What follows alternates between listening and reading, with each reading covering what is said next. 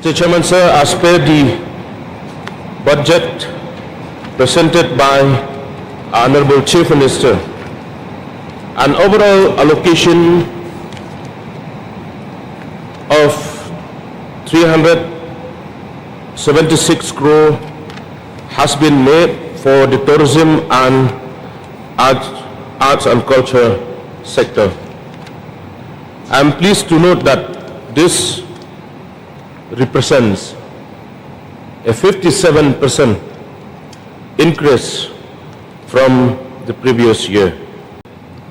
Through you, Mr. Chairman, sir, I would like to remind this August House that during the last session, I had emphasized the importance of preserving and promoting our rich traditions and culture heritage.